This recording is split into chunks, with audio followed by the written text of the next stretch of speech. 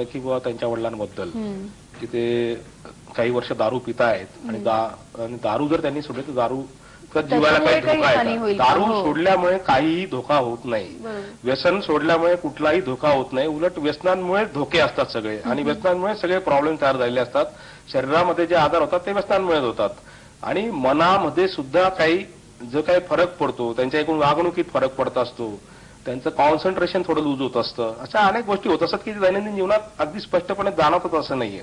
तर उलट हे सगळे फायदे होतात की हे सगळे त्यांचे आजार बरे होतात व्यसनमुक्तीमुळे.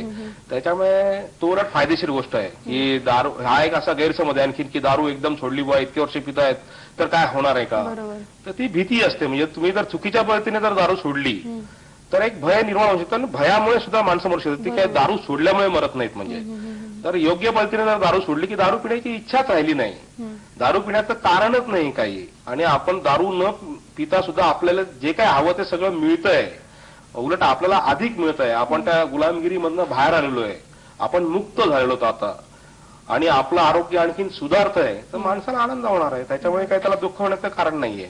आणि त्यासाठी नेमकं काय केलं पाहिजे, त्यासाठी नेमकं काय केलं पाहिजे म्हणजे योग्य मदत जी म्हणतो आपण व्यसनमुक्तीची ती घेतली पाहिजे.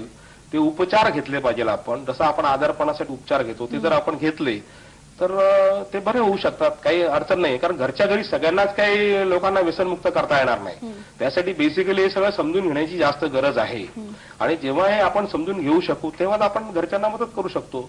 पण तोपर्यंत घरच्यांना इतर बाबतीमध्ये त्यांच्या वडिलांना मदत करू शकतात, त्यांच्या आहाराकडे नीट लक्ष देऊ शकतात की दारू वगैरे सारख्या गोष्टींमुळे व्हिटॅमिन सी सारखे जे गोष्टी असतात त्याच्यावरती दारू डल्ला मारत असेल. दारूला मी चोर म्हणतो. दारू तंबाखू ज्या गोष्टी आहेत की ज्या आपण नैसर्गिक फळफळावळांमधनं किंवा भाज्यांमधनं आपल्याला जे व्हिटॅमिन सी मिळतं की जे आपल्या रोगप्रतिकारक शक्ती आपली टिकण्यासाठी मदत करत असतं त्याच्यावर ते डल्ला मारत असतं. तर त्यांचा आहार कसा चांगला राहील, त्यांचं मन प्रसन्न कसं राहील ह्या गोष्टी आपण बघितल्या पाहिजे आणि त्यांना व्यसनमुक्तीकडे ते कसे वाटचाल करतील, मोठी होतील. सर मला एक शंका अशीच विचारावीशी वाटते की तरुण माणसांमध्ये कसं काही वर्षांपुरतं किंवा काही महिन्यांपुरतं ते व्यसन असतं की लागलेलं आहे की चला व्यसनमुक्ती आपण करू शकतो, पण इतक्या वर्षाच्या म्हणजे व्यसनाधीन झालेल्या व्यक्तीला तुम्ही हे लगेच व्यसनमुक्त करू शकता का? करू शकतो. तर माझ्याकडे परवा एक म्हणजे ग्रामीण भागातनं केस आली होती. त्यांना 62 त्यांचं वय होतं. तर आपण ते करू शकतो, असं काही नाही.